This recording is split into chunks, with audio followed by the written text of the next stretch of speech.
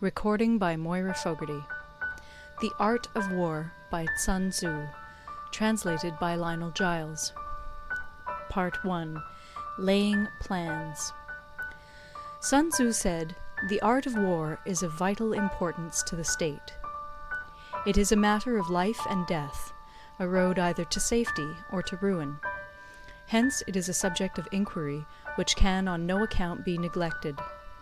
The art of war, then, is governed by 5 constant factors, to be taken into account in one's deliberations when seeking to determine the conditions obtaining in the field.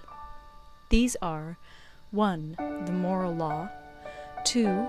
Heaven, 3. Earth, 4. The commander, 5. Method and discipline. The moral law causes the people to be in complete accord with their ruler, so that they will follow him regardless of their lives, undismayed by any danger.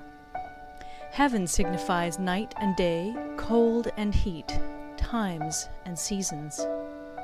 Earth comprises distances, great and small, danger and security, open ground and narrow passes, the chances of life and death. The commander stands for the virtues of wisdom, sincerity, benevolence, courage, and strictness. By method and discipline are to be understood the marshalling of the army in its proper subdivisions, the graduations of rank among the officers, the maintenance of roads by which supplies may reach the army, and the control of military expenditure. These 5 heads should be familiar to every general. He who knows them will be victorious. He who knows them not will fail. Therefore, in your deliberations, when seeking to determine the military conditions, let them be made the basis of a comparison in this wise. 1. Which of the 2 sovereigns is imbued with the moral law? 2. Which of the 2 generals has most ability? 3. With whom lie the advantages derived from heaven and earth? 4. On which side is discipline most rigorously enforced? 5. Which army is stronger? 6. On which side are officers and men more highly trained? 7. In which army is there the greater constancy both in reward and punishment? By means of these 7 considerations I can forecast victory or defeat. The general that hearkens to my counsel and acts upon it will conquer. Let such a one be retained in command. The general that hearkens not to my counsel nor acts upon it will suffer defeat. Let such a one be dismissed. While heeding the profit of my counsel, avail yourself also of any helpful circumstances over and beyond the ordinary rules. According as circumstances are favorable, one should modify one's plans. All warfare is based on deception. Hence, when able to attack, we must seem unable.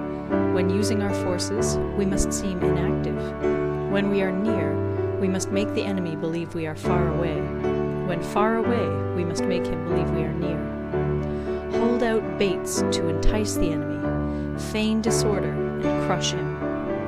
If he is secure at all points, be prepared for him. If he is in superior strength, evade him. If your opponent is of choleric temper, seek to irritate him. Pretend to be weak, that he may grow arrogant. If he is taking his ease, give him no rest. If his forces are united, separate them. Attack him where he is unprepared.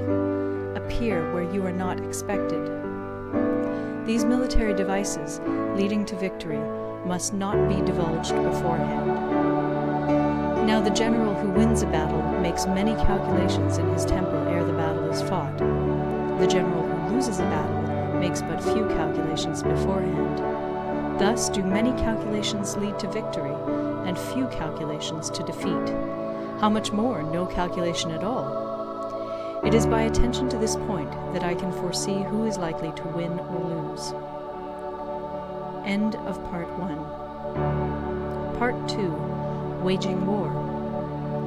Sun Tzu said, "In the operations of war, where there are in the field 1,000 swift chariots, as many heavy chariots, and 100,000 mail-clad soldiers, with provisions enough to carry them 1,000 li, the expenditure at home and at the front, including entertainment of guests, small items such as glue and paint, and some spent on chariots and armor, will reach the total of 1,000 ounces of silver per day. Such is the cost of raising an army of 100,000 men. When you engage in actual fighting, if victory is long in coming, then men's weapons will grow dull and their ardor will be damped. If you lay siege to a town, you will exhaust your strength. Again, if the campaign is protracted, the resources of the state will not be equal to the strain.